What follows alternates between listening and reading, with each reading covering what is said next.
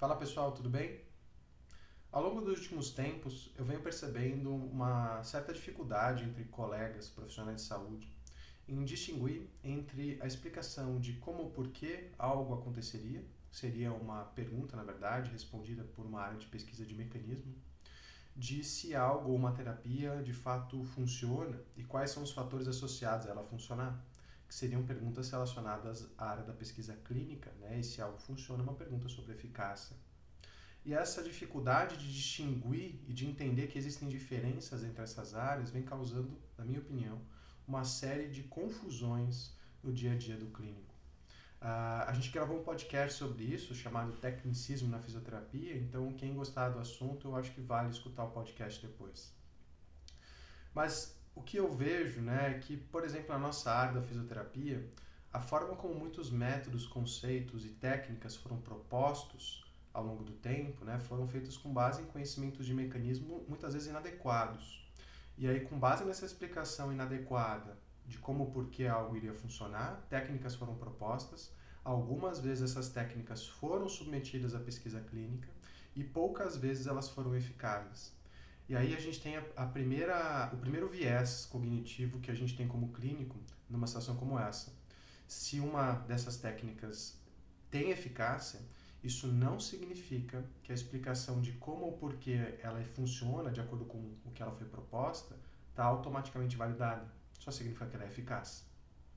E um outro problema, na verdade, é que a gente tem uma heurística, né? Para quem não conhece, heurísticas cognitivas são atalhos cognitivos que foram selecionados pela evolução e que nos ajudam a tomar decisões rápidas e, algumas vezes, assertivas em contextos complexos de incerteza.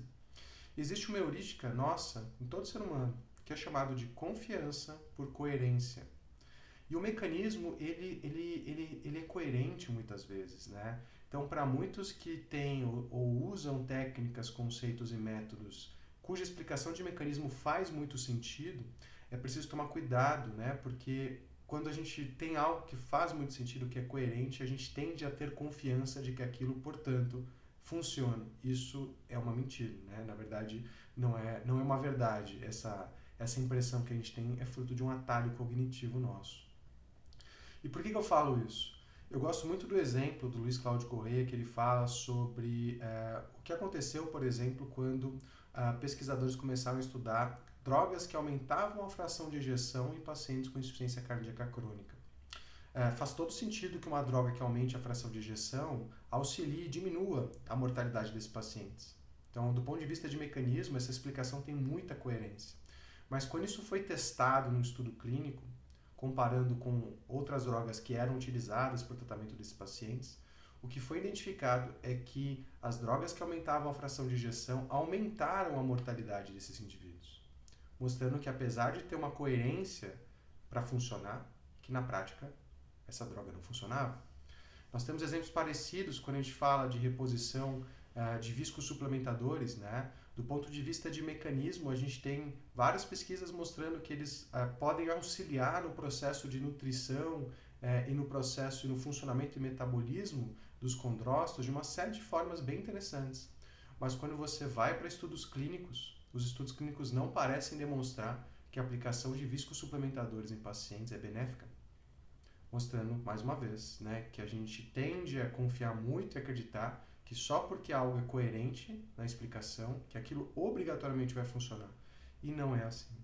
Então, a gente tem um grande problema com essa via, né? Quando a gente infere mecanismo diretamente para a clínica e quando a gente tem muito apego a um conceito ou um método e ele é testado, e aí a gente confunde ele funcionar com a explicação que ele dá ser verdadeira.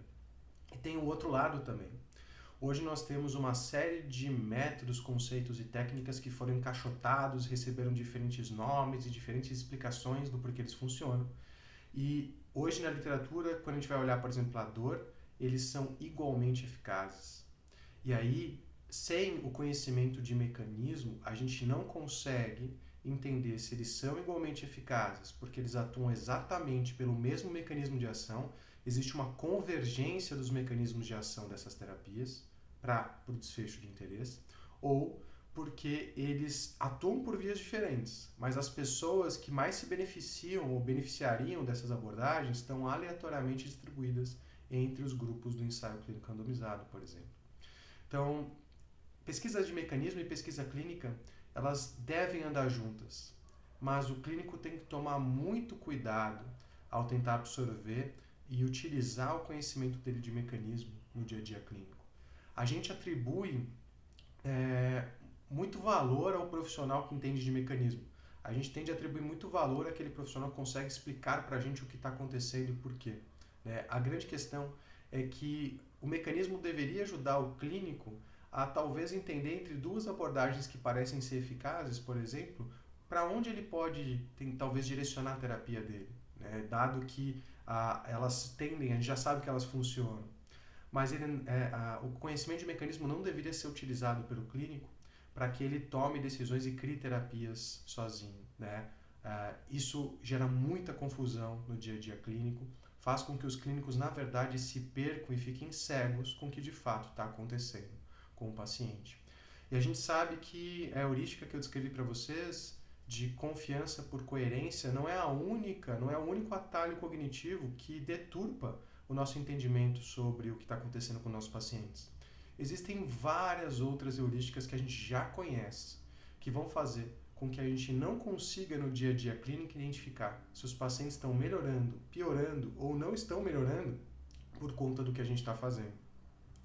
E aí a gente tem que entender que o que a gente enxerga muitas vezes de oscilação de sintoma não automaticamente implica que é algo que nós estamos fazendo. Eu adoro dar esse exemplo. Tem vários pacientes com quadros de dor crônica, dor lombar crônica, que têm queixas na forma de surtos e recorrências. Uma dor crônica não é uma dor que dura 24 horas por dia, 7 dias por semana, necessariamente. E aí esse paciente vem com uma dor crônica para você, a gente automaticamente pensa, tá bom, o prognóstico é ruim, e esse paciente melhora dentro de uma semana. Você fala, nossa, realmente foi o que eu fiz. Mas esse paciente poderia ter, por exemplo, crises em surtos e recorrências. Ele vem nos buscar no surto e grande parte do efeito que faz esse paciente melhorar poderia ser já o efeito natural da recuperação daquele surto. Então, é preciso tomar muito cuidado com essa distinção entre mecanismo e prática clínica, e é preciso tomar muito cuidado com o que parece ser verdade quando a gente está atendendo os nossos pacientes. Porque, como eu falei no último vídeo sobre inferência cerebral, o nosso cérebro ele constrói uma realidade que não necessariamente corresponde àquilo que de fato está acontecendo, mas é a realidade que faz sentido para a gente e a realidade na qual nós vamos acabar intervindo, nos comportando e usando de base, inclusive, para interagir com o mundo. Então, era isso que eu tinha para falar um pouco para vocês. Eu vejo essa angústia e venho vendo essa dificuldade de distinguir entre esses dois tipos de pesquisa. E eu queria conversar um pouco sobre isso. Se vocês gostaram do vídeo, eu sugiro que vocês escutem um podcast também sobre tecnicismo na fisioterapia, onde a gente discute isso com um pouco mais de propriedade, tá bom? Obrigado, pessoal.